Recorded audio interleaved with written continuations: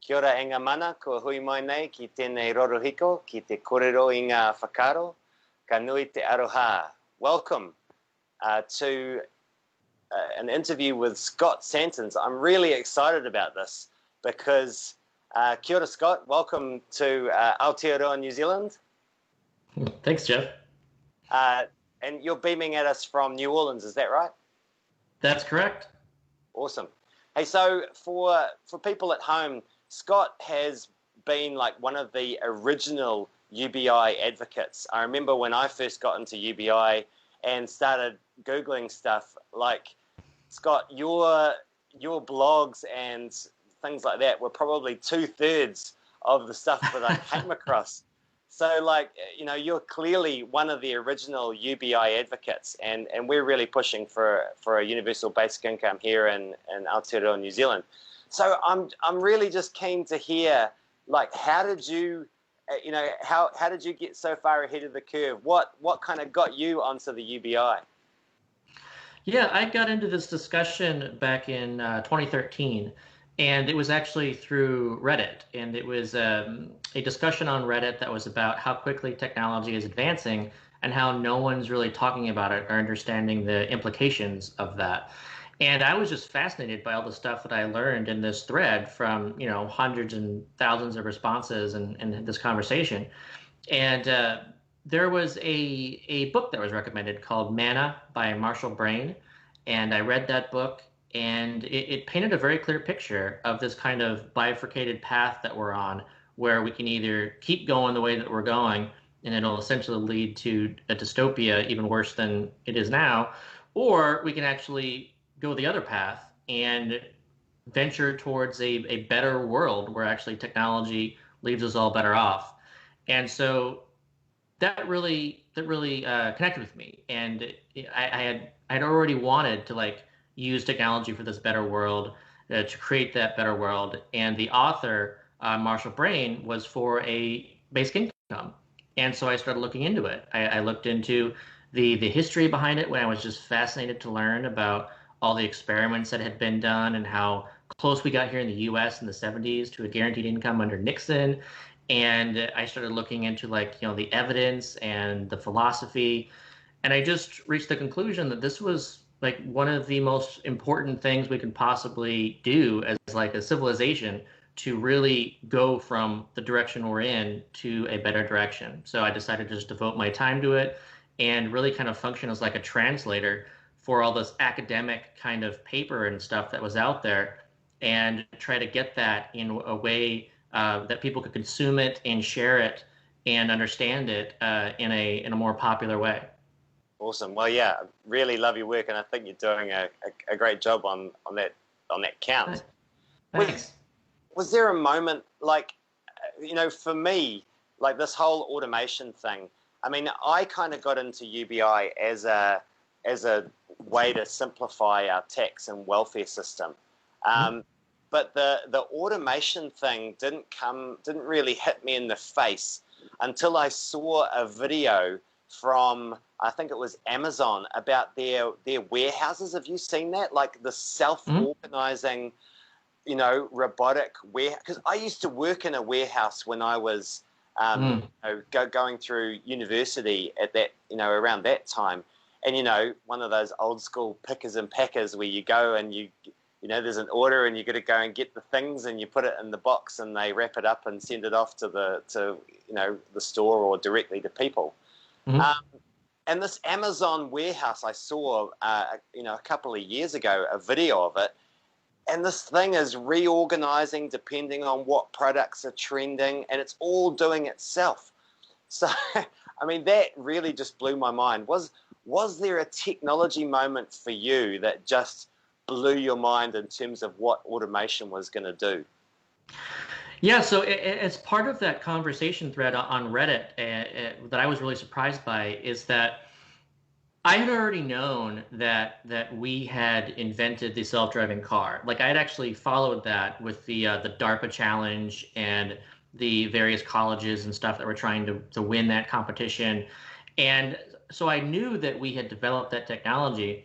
But what shocked me was that there were already mines actually in New Zealand and they were actually automating with using automated trucks already, with the intent of fully automating their fleet at the mines by 2020. And so that really shocked me because like self-driving cars were so new, and yet it was already being deployed like in a very fast way and taking away jobs that were six-figure jobs. And so that's really kind of blew me away, because also not only when it comes to like mining, you kind of just connect those things together. So you've got like self-driving trucks at the mines, and then you've got like automating it to the ships, and you've got like automated ports, and you can have like automated boats. And so like you can really take out a lot of human labor, and that should be a good thing. Like this really should be something really exciting. And instead we're in the situation where people are really worried about it. And so, that should be a big exclamation point right there, that we aren't like embracing technology and we're somehow like fearing it. Yeah, totally. And of course, that driving is the biggest job in the world, right? As far as I'm aware, it's the biggest occupation out there, particularly for men. Yeah, I mean, in the U.S., the trucking industry is huge, and it's the most common job in like 26 states, and just the idea of what that could mean to automate that industry. Not only would you be automating away all those, like pretty much one of the few jobs that's actually pays a middle income kind of salary for those without college degrees, but like it affects a lot of other industries as well. So you can imagine if you're automating this trucking fleet, then suddenly you're not stopping at gas stations and truck stops anymore. You're not eating in restaurants because robotic trucks don't eat in restaurants. That's just for humans. So if you follow down the line, like all this money that won't be spent anymore will impact all these other places, and then those will shut down, and so we'll have this like this negative, this cliff that we fall off of because of these one leading to the next, leading to the next. Yeah, so that's the importance of the UBI, really just to keep the economy ticking over and making sure that people can still do all those things like eat out and all that sort of stuff. Yeah, and it's interesting that even Martin Luther King was talking about automation back in the day. So this was in the late 60s, and of course Martin Luther King was all about social justice and racial justice and the importance of basic income to that.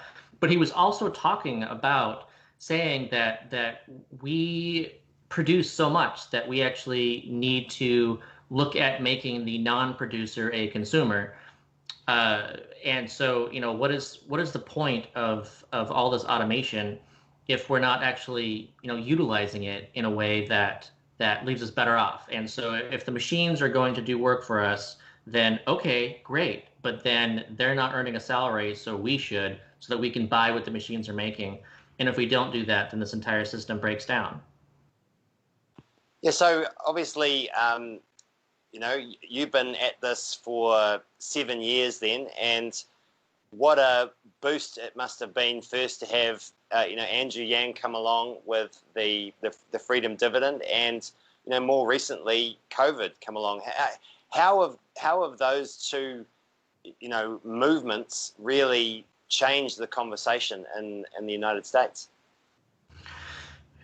It really made a huge difference with Andrew Yang's campaign. I think one of the clearer polls to show was there was a poll that was done, and I believe it was around February of 2019, and then they did it again like in September, I believe, of 2019, and the original one showed it was 43% support for UBI in the U.S., and then just like 6 months later, it was up to 49%.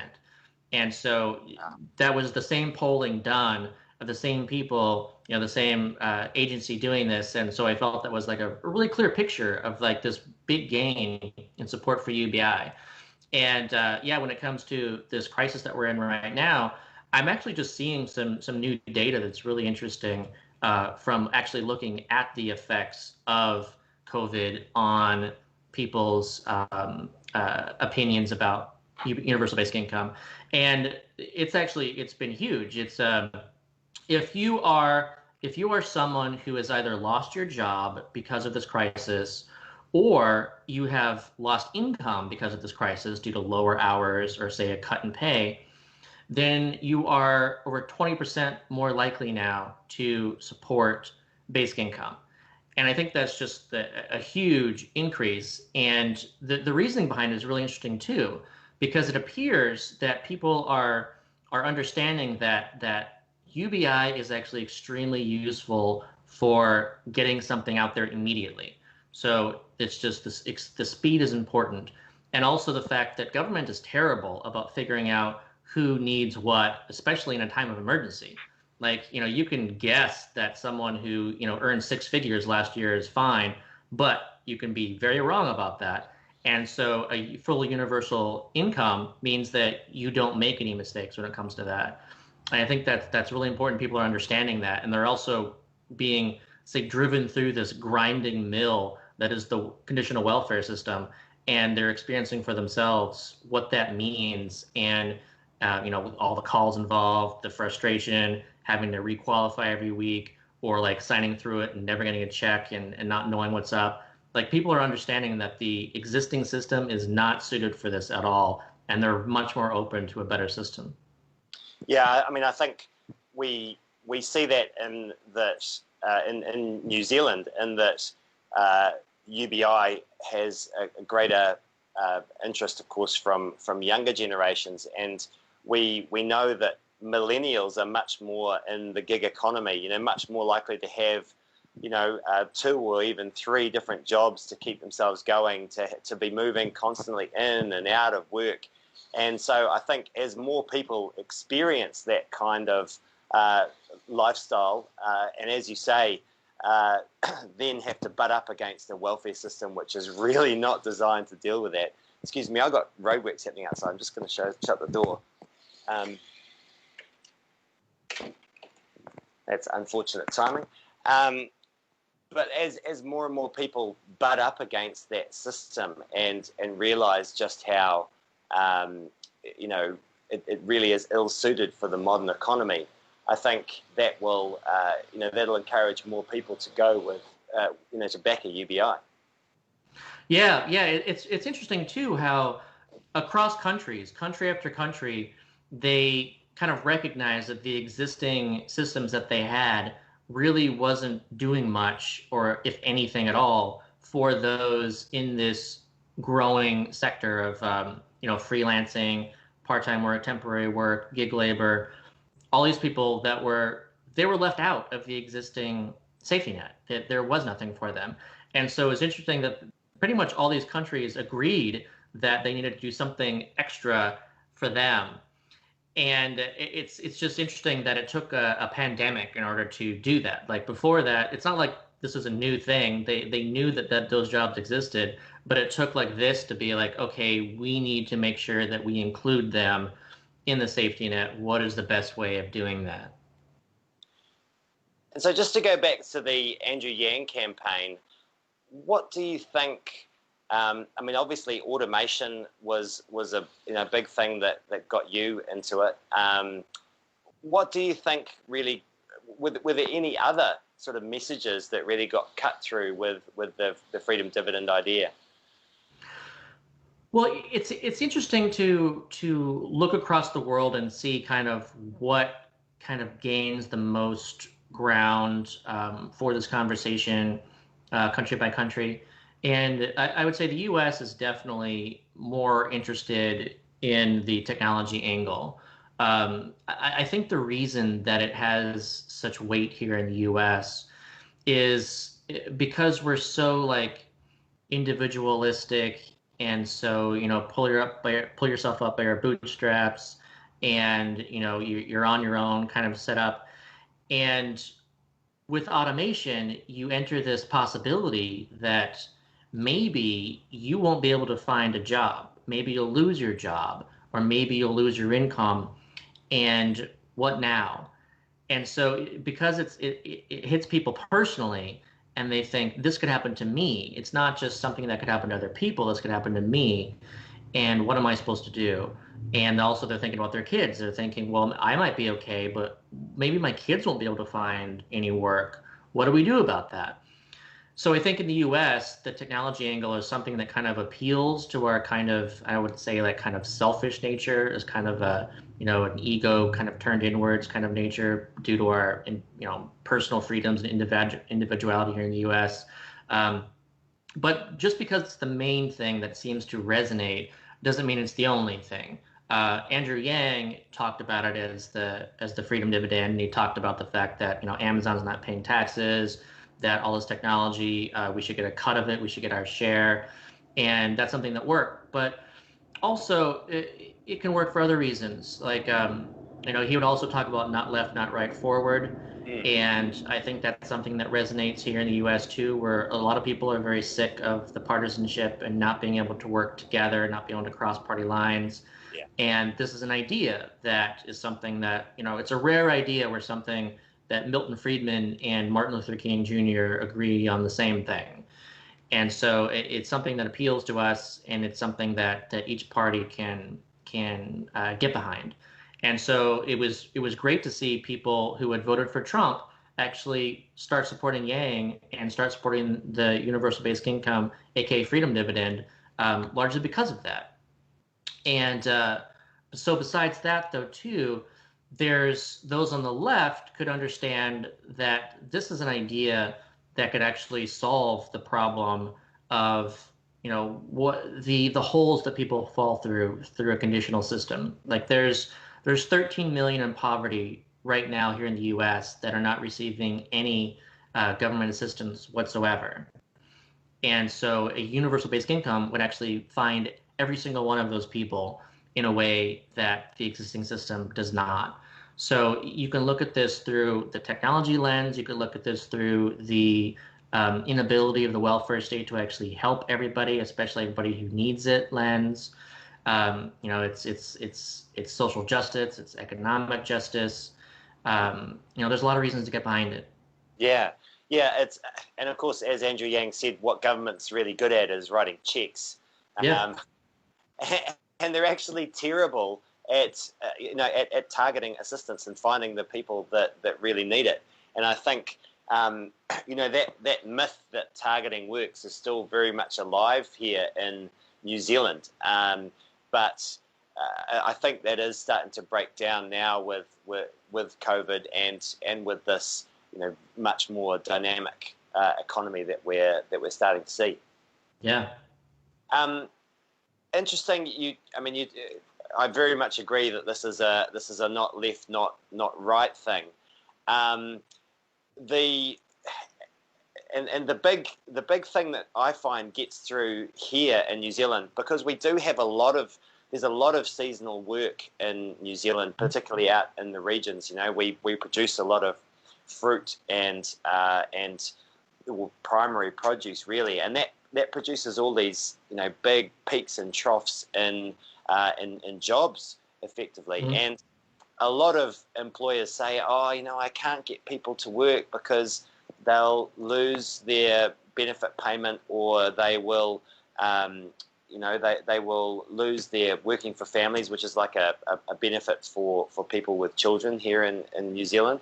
And that is probably the stuff that the right gets. If you don't take this money off people, then they've always got that incentive to work more. Yeah, and I think that this pandemic is actually really helping people to understand that, especially in the US, because we did go the route of adding a $600 per week boost to those who are receiving unemployment. So everyone in every state had kind of different amounts of unemployment income based on the way that their state does it, but then everyone got this $600 per week boost on top of it. And so that was so much that there are actually a lot of people in the US who are earning more on unemployment than they are or than they were when they were employed.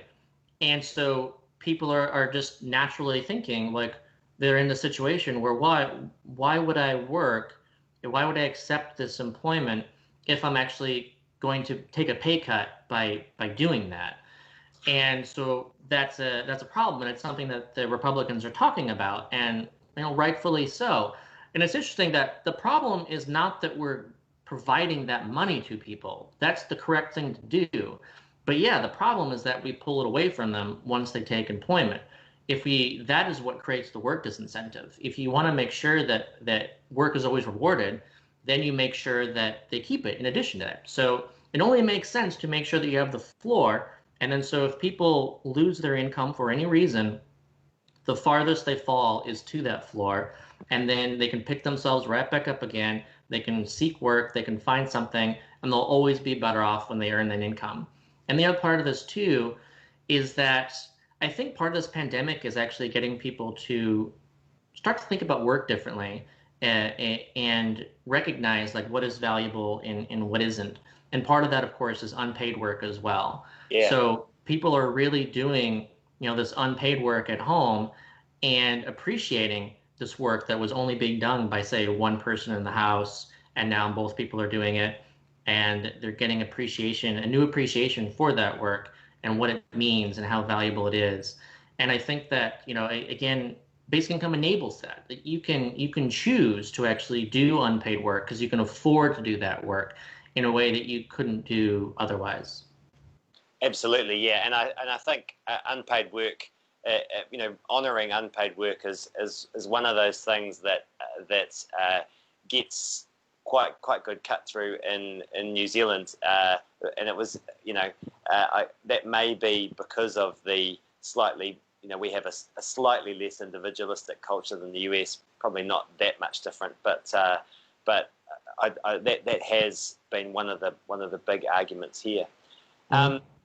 And just to go back to automation, because like I said, I'm an economist, and I often look at what's happening in the US, and it seems to be about 5 years ahead in terms of trends, in terms of what's happening with job markets, with jobs in general. So for example, the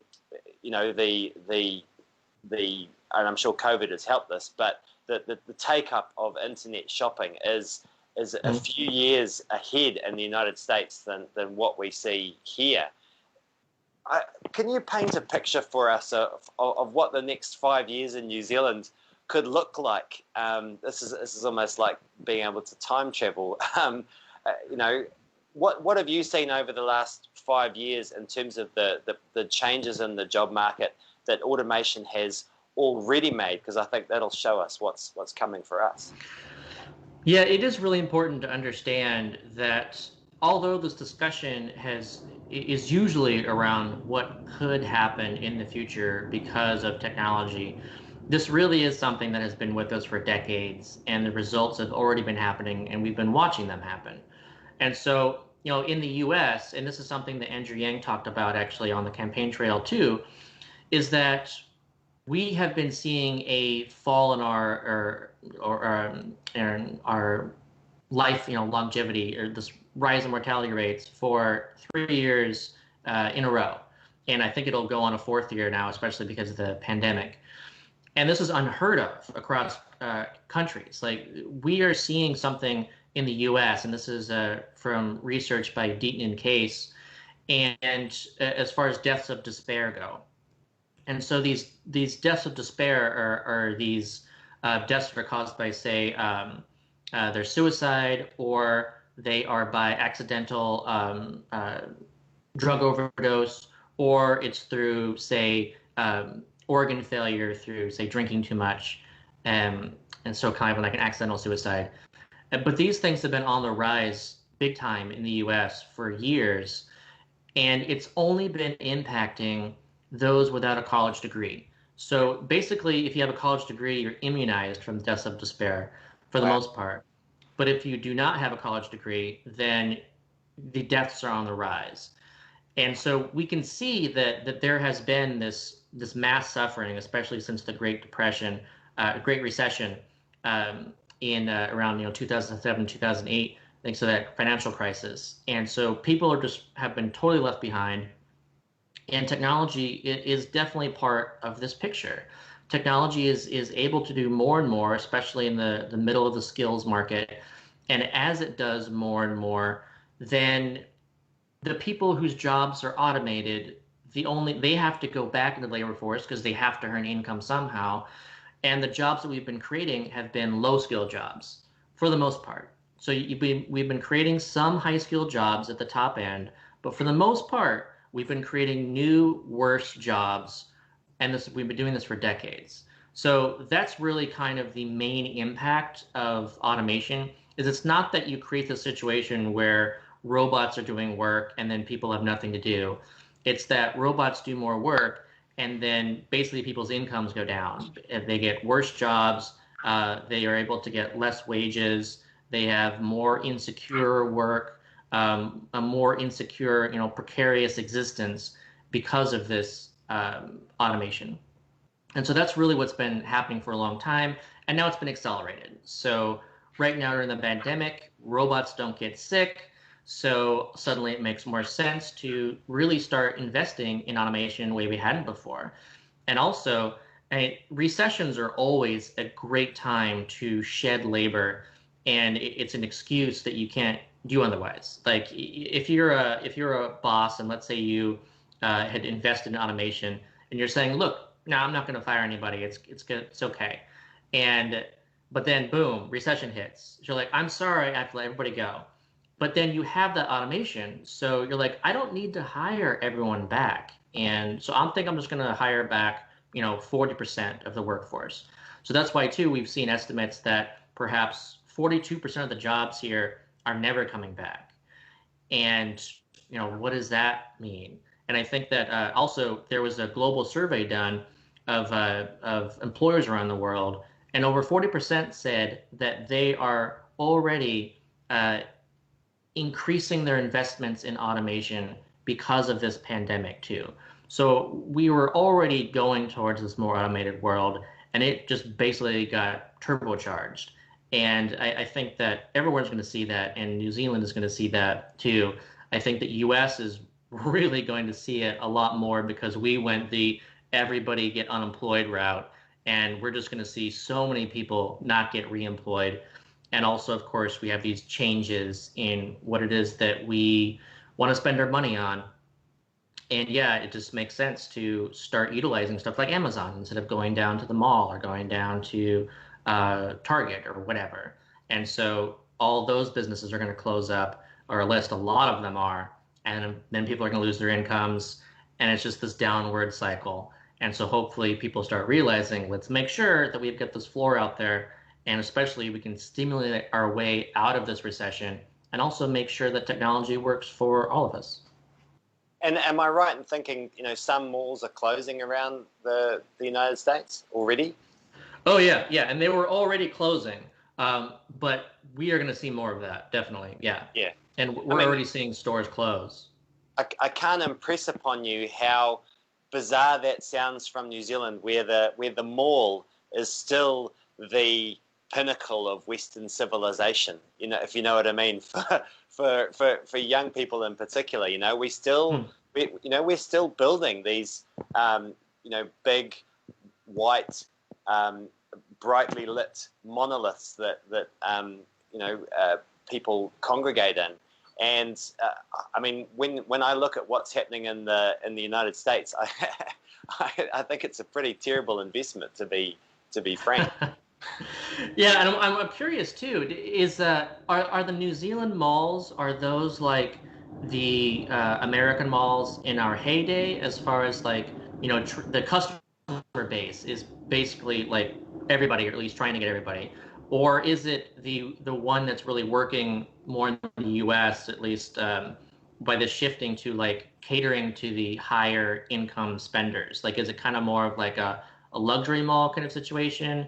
Or is it really just like the way that our malls used to be, even the 90s? Oh, it is totally the way your malls used to be in the 90s. So yeah, it's I think carnage is imminent. Yeah. I mean, in New Zealand, the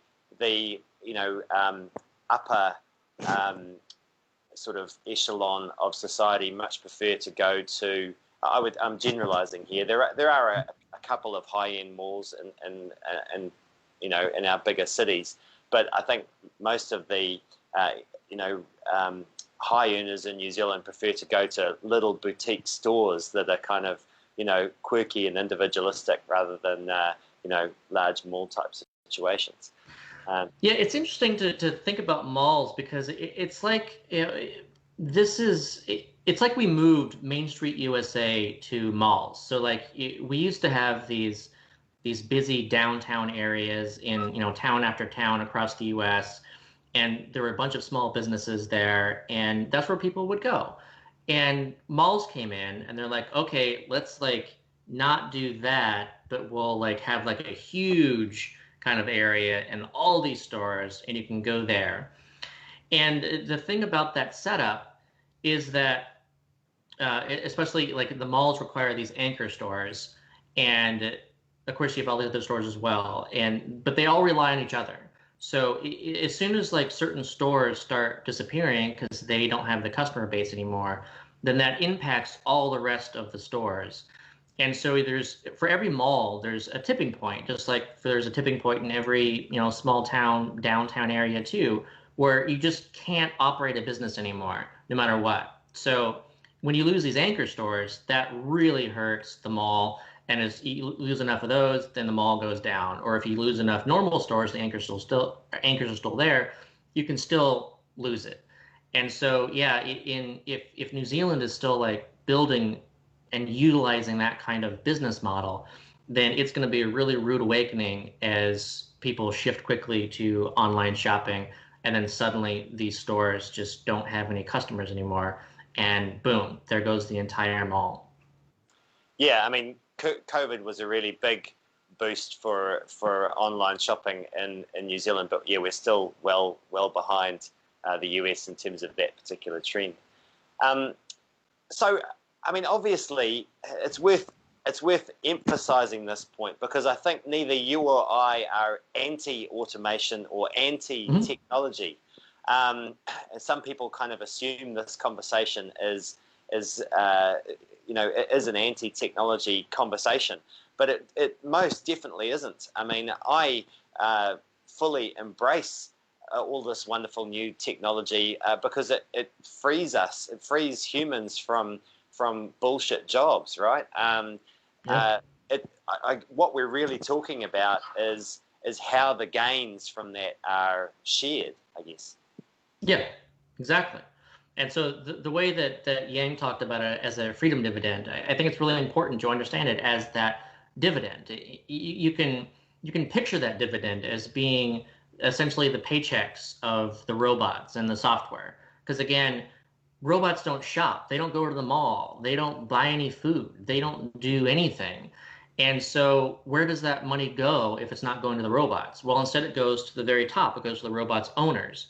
And so what do they do with it? Are they buying what the robots are making? Well, no, they're just like doing their kind of buying and selling at the top as far as like inflating asset prices and buying and selling real estate and buying and selling stock and whatnot. But it's not the actual what the purpose of the economy is. Like it's weird to think that, going back to the very beginning, what is the point of technology? Like human beings discovered technology. We became tool users as a way of actually doing more with less. That's not like lazy. It's just that we're saying, hey, if we can save our energy and our time to do other things by doing something more efficiently, then let's do that.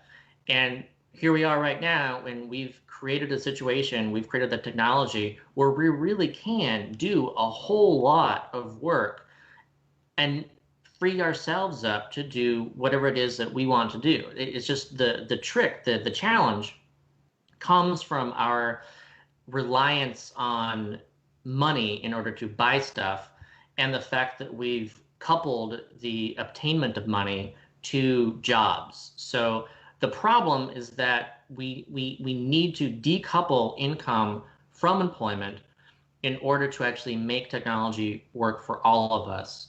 And that is what basic income does. We're saying, okay, look, no matter what, you have some money, and you can picture that as being the paychecks of the machines, and it belongs to you. It is something that, that technology only exists because of, the inheritance of that knowledge from decades and centuries past. We've been building upon our knowledge base as human beings for millennia now, and we should see that as an inheritance. It's an inherited dividend from the past, and in order to make sure that this works for all of us and frees us to do what we should be doing, work, jobs are for machines, life is for people. Let's figure out what our purpose is. Yeah, absolutely. Totally agree with you. Or as we say in New Zealand, tautoko. I tautoko you there, Scott. So, it's fantastic. It's, there is a movement just on this decoupling of work from money. If I was to say, I don't know if this is the case in the US, but if I was to say that there was a competitor for the UBI in terms of future thinking in New Zealand, it would be a concept called a job guarantee. This idea that the government should make sure that everyone has a job at least at a minimum wage or a living wage. And the advocates of this approach sort of argue that it doesn't really matter what the job is. It could be digging holes and filling them in again. Ideally, it'll be something more meaningful than that. But they believe that jobs are central to to human society. That we have to have people doing something in return for the money, and that it's good for their mental health. I mean, what's your response to that kind of alternative future? Yeah, I mean, I think that if jobs are the purpose of human beings, then instead of inventing new jobs, I think we should just, replace all of our machinery with spoons and not even use shovels or anything else. And, I think that's really, it's so hypocritical for someone to say, let's, create more work if they, utilize a washing machine and dishwasher like in their house. Like if work is so valuable and important, then just do it all by hand and spend all your time doing that. I think that instead that we should value work itself and leisure and our own choice to do these things. And I think that it's kind of the impetus behind like a job guarantee, I think, is based on the assumption, again, that like there's like a 40-hour work week is etched in stone somewhere, was handed to us on stone tablets by God himself. And we used to work 60 hours a week, and that was normal. And it's funny, if you go back then and look at the conversation about going from 60 hours a week to 40 hours a week, you had people who were talking about 60-hour a week, saying that the 40-hour people were lazy. Like, oh, you just want to like be lazy and only work 40 hours a week. That's crazy. Like a really hardworking person who with a happy life will work 60 hours. And I think that if we're going to go towards a future where, let's say, there's half as many jobs available, then we could be just as employed as we are now if we decide to cut the work week in half. Like, let's work 20 hours instead of 40 hours. Then that way everybody could be employed full time and have that job on top of their basic income. And it would be fully voluntary, and people will be able to pursue what it is they want to pursue. And also we'd be recognizing unpaid work again as being valuable work, not because it's paid, but because it's valuable to us. We are choosing to do it for our own reasons, and it is valuable. As just one example too, I think is kind of portrays the kind of the silliness with the job guarantee. versus unpaid work. It's saying that it's just weird that you can have two parents who are watching their own kids and raising their own kids, and it's not recognized, that work is not recognized by GDP, and job guarantee people would be saying that these people are lazy and they need to get a job. And yet, in a job guarantee situation, those people could be paid to watch each other's kids, and suddenly that's recognized by GDP, and the job guarantee people are happy that they're doing valuable work now. And of course, that's ridiculous. It's doing the exact same work, and in fact, I would argue that it's worse. It's better to have someone who is lovingly watching and raising their own kid, and that would be better for the child, better for the parent, and better for society. So I think that really a lot of this is it's important that as we go towards the future to really re-examine what it is that we mean by work and the value of that work, and to take apart work and meaning from jobs, and understand that there's a lot of ways to pursue meaning, and there's a lot of work out there, and we should be free to actually choose that for ourselves instead of kind of inventing this stuff. And it's also not to say that we can't create and invest in jobs that aren't being done. We can totally do that. We can have a basic income and invest in important work that isn't being done. But this dichotomous, this kind of choice that we have to either do basic income or jobs guarantee, I think that's silly. And I think that we really should just make sure that people have that dividend and received their rightful share of inheritance. And then let's make sure that we enable people and enable people to flourish.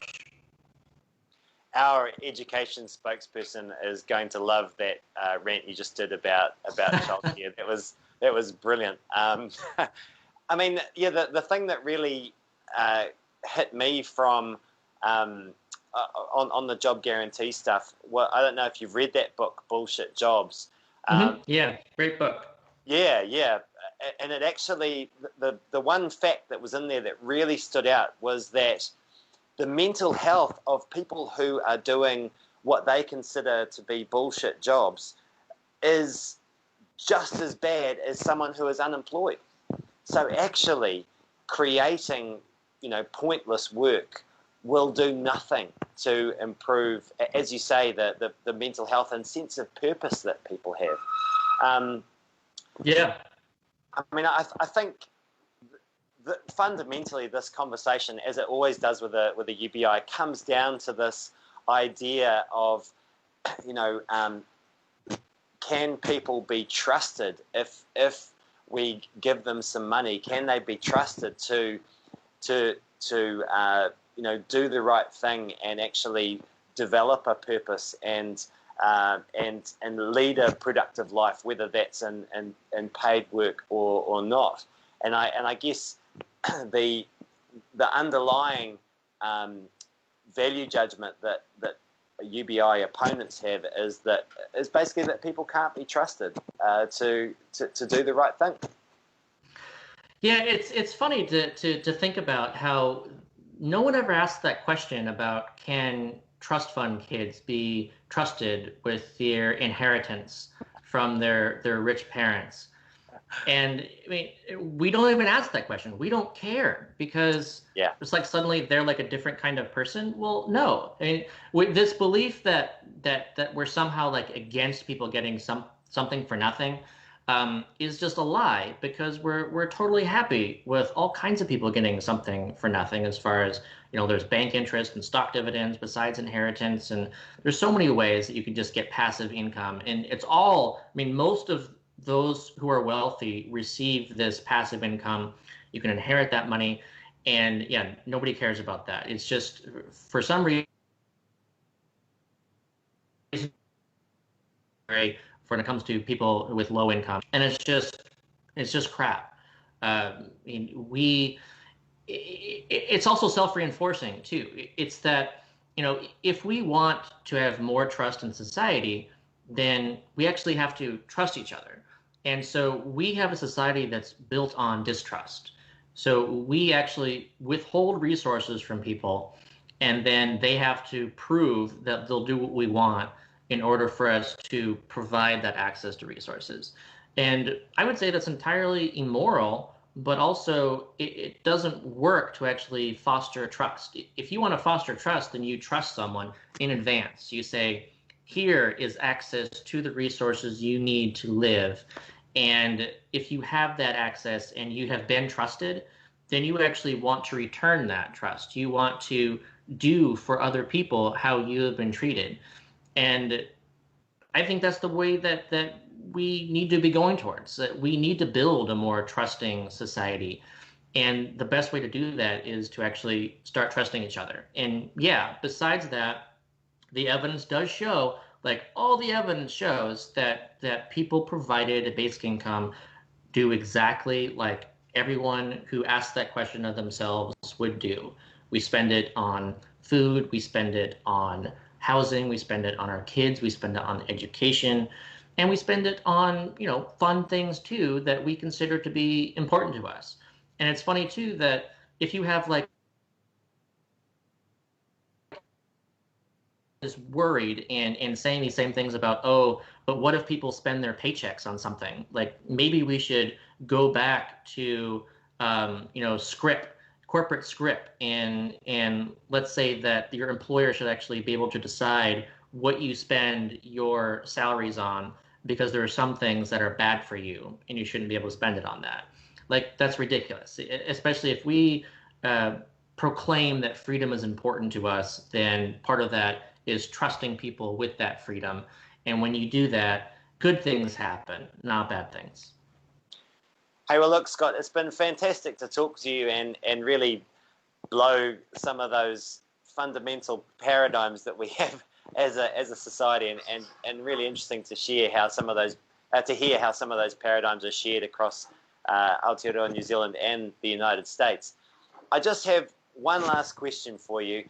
What's next for the basic income movement in the United States, for Andrew Yang, for yourself? Where do you go from here, particularly in terms of building on the opportunity that COVID provides?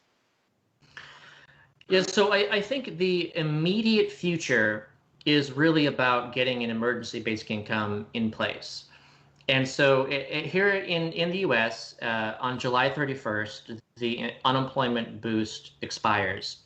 And I think there's going to be a big fight building up to that as far as what do we do? Are we going to extend that? Are we going to change that? Are we going to do something else? And I think that the argument here in the US needs to be this: we need to do emergency basic income. Like, let the unemployment expire, and let's just make sure that instead everyone gets money unconditionally, so that it serves as a floor that you don't have to apply for, that you don't have to worry that, say, Florida is going to mess up and only provide income to 3% of the population who actually applies for it. Let's just make sure it gets to everybody, and let's also, it would function as hazard pay for those who we are saying is doing this essential work that right now is actually potentially earning less than those who are unemployed. So that is the fight, I think, in the immediate future here in the US. But then beyond that too, it's about more of a down ballot kind of system. We need to get people who are pro UBI in our Congress. So we need to elect them into the House of Representatives and the Senate. We need to elect them to our state houses across the country. We need to elect them into our city councils. And as that grows, then that's how you really start building towards basic income happening either in the cities or in the states, and more discussed at the national level. And eventually it's going to reach a tipping point where it just makes sense to do it either in a state or at a national level.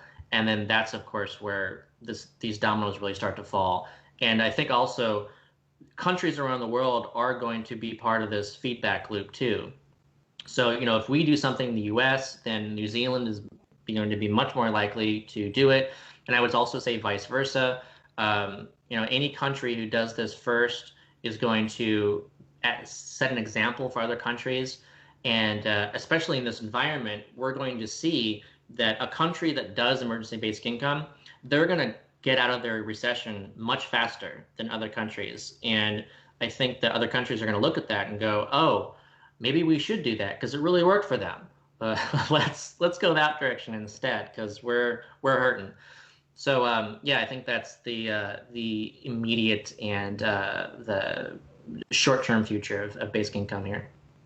Awesome. Hey, well, thank you so much for your time, Scott, and all the best for fighting the good fight. Thanks, Jeff, and yeah, thanks for fighting for the good fight down there in New Zealand. Ka kite anō. Take care.